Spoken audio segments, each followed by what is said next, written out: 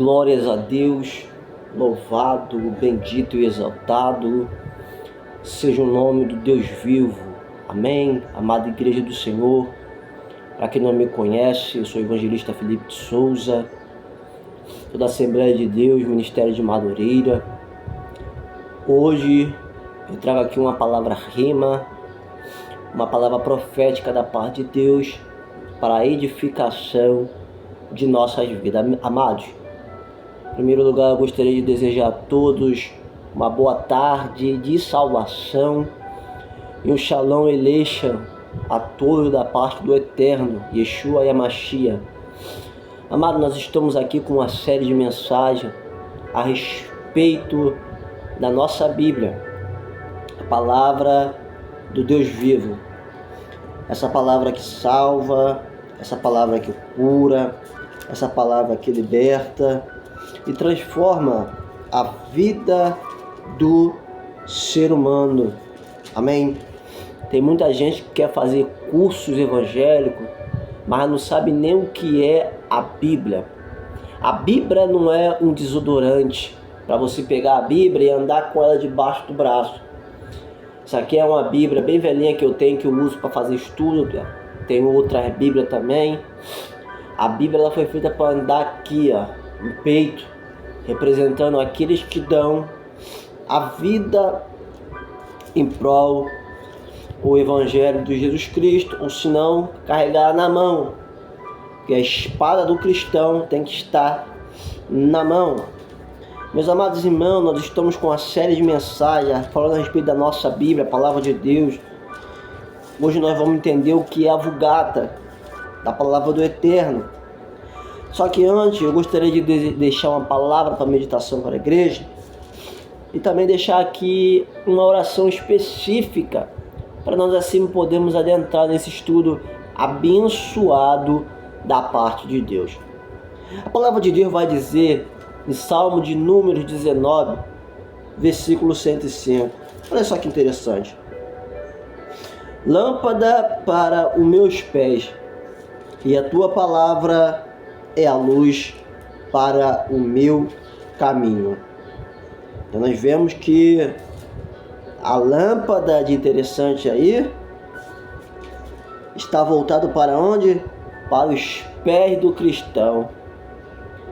Tua palavra é lâmpada para os meus pés, que ilumina os meus passos e a luz que clareia o meu caminho. Então nós vemos que dentro desse pequeno versículo chave fala sobre a palavra Bíblia, lâmpada. A Bíblia nos traz para a luz, que a palavra de Deus, ela menciona os feitos do nosso rei. Iluminação fala de claridade, né?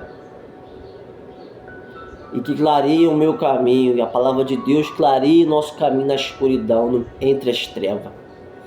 Meus amados irmãos, vamos fazer uma oração específica para a gente entrar nesse estudo maravilhoso da parte de Deus. Senhor, te dou graça, Senhor, por o Senhor aqui se fazer presente junto comigo. Não sou perfeito, sou um homem cheio de erros, falhas, mas eu te dou graça que todo dia a tua misericórdia, Deus, me alcança.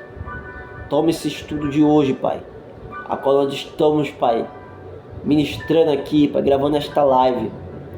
Que através desses estudos, Pai, vida venha a ser edificada. Que o Senhor nos ensina a viver a tua palavra e ser vigilante, Pai, porque o Senhor está próximo, Pai. Arranca de nós tudo aquilo que não provém de ti, Pai, e cumpra-se segundo a tua vontade e o teu querer, em nome de Jesus. Amados, então vamos lá. Um grande abraço do teu amigo evangelista Felipe, e que o Eterno possa te abençoar em nome do Senhor. Nós estamos aí com uma série de mensagens falando a respeito da palavra do Deus vivos. Nós vamos aqui entender, falando a respeito sobre a Vulgata, a palavra do Senhor. Vulgata é uma forma latina abreviada de Vulgata. Vulgática é a versão, né, respectivamente, edição ou, tradução ou leitura de divulgação popular. A versão mais difundida ou mais aceita como autêntica de um texto, né? No sentido corrente, Vulgata é a tradução para o latim da Bíblia. Então nós vemos aí que a Bíblia ela foi escrita Velho Testamento em hebraico, Novo Testamento em grego, alguns trechos no aramaico do Velho Testamento, e depois nós vemos aí que a Bíblia foi traduzida para o latim, né, da Bíblia, escrita entre os fins do século,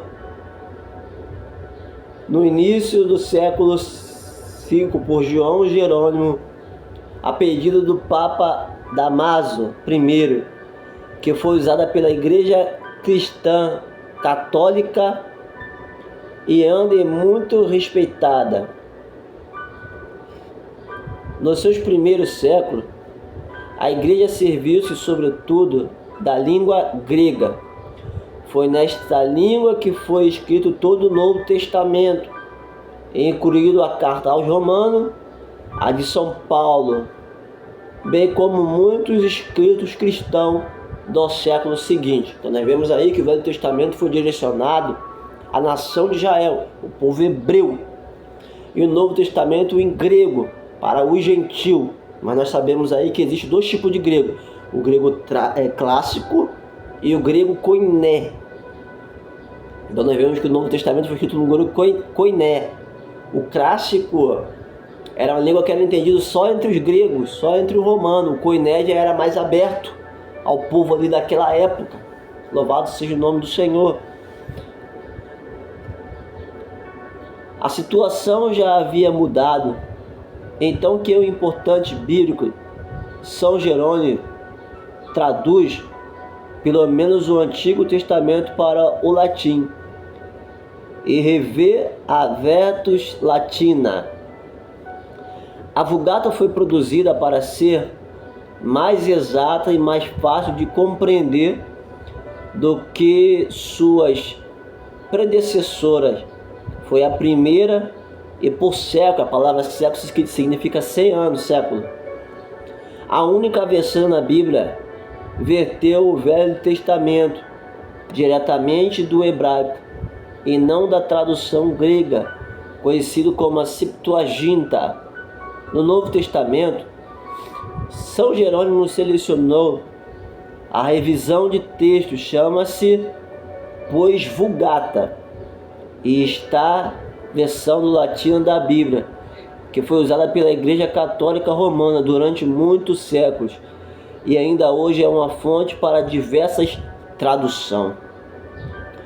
O nome vem da expressão Vulgata, ou seja, versos, isto é, a versão da divulgação para um povo, e foi escrita em um latim cotidiano. A Vulgata constituiu um marco para a Igreja de língua latina. Até então, circulavam diversos textos, extratos latinos. Todos eles se baseavam sobre a tradução grega, em estado precário, quando o Papa Damaso encarregou São Jerônimo de estabelecer um texto digno de confiança para a Igreja Católica. Em 384, não encarregou de preparar uma nova tradução, mas apenas de rever e corrigir esses textos que circulavam em Roma, com a ajuda da tradição grega.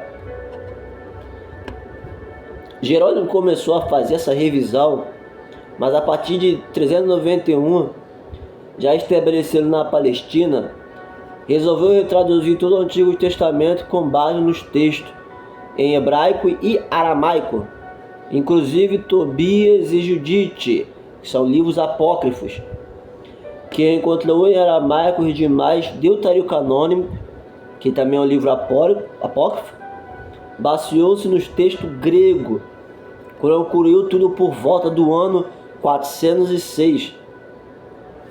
de início sua tradução, sofreu grande oposição devido principalmente ao emprego de termos não tradicionou certos afastamentos da tradução grega no tempo de São Gregório Magno, porém passou a desfrutar de iguais direitos que demais tradução, fixando-se com textos principais para a Igreja Latina entre os séculos V3 e 1x. A denominação Vulgata, contudo, só começou a ser usada a partir do século X3. O Papa Pio mostrou a intenção de um projeto de revisão da Vulgata Latina para torná-la mais similar ao texto escrito por São Jerônimo. Instituiu um mosteiro benedito em Roma, mosteiro de João Jerônimo, para tal fim. Os monges trabalharam até depois do Concílio do Vaticano, quando ele recorreu de dissolução do monastério, tendo concluído o Antigo Testamento. Hoje há uma versão não oficial chamada Vulgata Sulcadense, que aproveita a edição dos monges do Monastério de São Jerônimo para o Antigo Testamento e uma edição crítica feita em Oxford para o Novo Testamento. Após o Concílio do Vaticano, por determinação de Paulo, foi criada uma nova comissão para a revisão da Vulgata, sobretudo para o uso litúrgico. A nova revisão, diferente do método anterior, utilizava pelo monastério em Roma para verificar se a versão corrente da Vulgata era igual à de São Jerônimo. Utilizou o texto crítico de Oxford da Vulgata Sulcadense, fazendo o texto latino concluir com o hebraico do texto massorético, e o texto grego crítico foi utilizado o Codex Leningrandense do século X1 e a versão crítica de Nestor Aland. Esta revisão termina em 1975 e promulgada pelo Papa João Paulo II em 25 de abril de 1979 e denominava Nova Vulgata, e ficou estabelecida como a edição típica da Bíblia para a Igreja Católica. Então nós vemos aí a respeito da Vulgata, da palavra do nosso Rei, Salvador Jesus Cristo, né? Prólogo da Vulgata. Além dos textos bíblicos da Vulgata, ela contém prólogos dos quais a maioria foi escrita por Jerônimo. Esses prólogos são escritos críticos e não eram destinados ao público em geral. O tema recorrente dos prólogos se refere à primazia do texto hebraico sobre os textos da Septuaginta, que é a versão de 70 LXX, em grego koiné. Entre os mais notáveis prólogos se destaca Galitos de Jerônimo. Jerônimo traduziu Deuterocanônimos, que traduziu o aramaico. Os Deuterocanônimos foram incluídos na edição da Vulgata conforme está na antiga latina.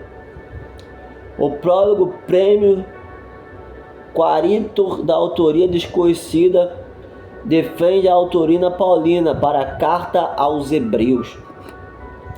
Então nós vemos os prólogos, que é o Pentateuco, Josué, Reis, Crônica, Esdras, Tobias, Judite, Esther, Jó, Salmos, Livro de Salomão, Isaías, Jeremias, Ezequiel, Daniel, os 12 profetas menores, os Evangelhos, Epístolas Paulinas, Salmos Hebreus, edição de Esther, né? Então nós vemos aí a respeito da Vulgata, como também existe outros tipos de Vulgata. Vulgata Clementina tradicional, Vulgata Clementina tradicional em inglês, Tradução da Vulgata pelo Papa Figueiredo em 1867. Tradução da Vulgata pelo Padre Figueiredo em 1821. Então nós estamos falando aqui da Vulgata, a palavra do nosso Deus. Amém? Que Deus possa assim abençoar a vida dos nossos amados irmãos. Graças a Deus eu estava um pouco resfriado, tá? Estou melhorando, graças a Deus. Fui no hospital ontem e Deus está dando vitória. Amém? Quando os irmãos estiverem orando, lembra de mim nas vossas orações. Evangelista Felipe. Eu dependo dos meus amados irmãos. Amém, irmão? Que a graça do nosso Senhor e Salvador Jesus Cristo, o amor de Deus e a doce consolação do Espírito Santo repousa na vida de cada um dos meus amados irmãos. Amém? Como diz lá em Coríntios 13:13. Glórias seja dada ao nome do Senhor. Vamos abrir a Bíblia aqui. Coríntios. 2 Coríntios, se não me falha a memória. Glórias a Deus.